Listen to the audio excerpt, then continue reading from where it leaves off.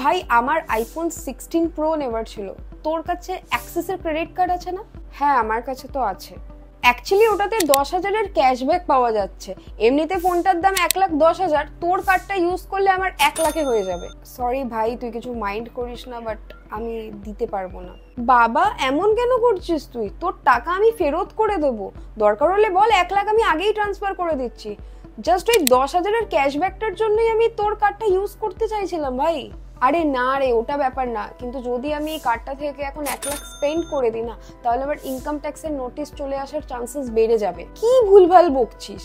আরে আমি কোনো ভুলভাল বকছি না। যদি তুই নিজের ক্রেডিট কার্ড থেকে 10 লাখের বেশি স্পেন্ড করে দিস 1 বছরে, তাহলে ব্যাংক ইনকাম ট্যাক্স ডিপার্টমেন্টে আলাদা করে রিপোর্ট পাঠায়, আর সেখান থেকে তোর নোটিশ চলে আসার চান্সেস বেড়ে যায়। আর আমি অলরেডি এই কার্ড থেকে 9.5 লাখ স্পেন্ড করে দিয়েছি। তুই তো হেভি শেয়ানা রে। বিকি ফাইদি বাংলাকে ফলো করে নে, তুই আরো বড় শেয়ানা হয়ে যাবি।